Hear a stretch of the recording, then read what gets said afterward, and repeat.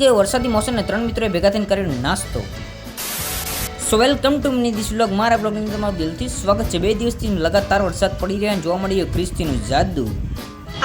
સવારમાં આપણે ઉઠીને એક જ કામ હોય, આપણી દુકાને જવાનું ગાઈસ. તો ફટાફટ આપણી હોન્ડાને બહાર કાઢીને 3-4 કિકો ફટકારતી હતી. ફાઇનલી ગાઈસ ચાલુ થઈ ગયું. થોડું પહેલા થઈ ગયું હોય તો अच्छा हमको सिखा रिया है. આપણા સોનેરી ગામની ગલીઓમાં ગાઈઝ ને જવાનું હતું દુકાને. ફાઇનલી ગાઈઝ પહોંચી ગયા આપણા દુકાને. ત્યાર તો અહીંયા મીટિંગ ચાલતી હતી કે આવા મોસમની અંદર ગરમા ગરમ નાસ્તો કર્યો હતો. પછી શું નીકળી ગયા નાસ્તો લેવા માટે. નીકળી ગયા 2 પૈરાવાળી ગાડી લઈને. રસ્તામાં મળ્યો મોટો ટ્રક ને. ટ્રકને જોઈને મારું મન એક જ વાત કહેતું હતું, ઘર ભેગું થાને ભાઈ.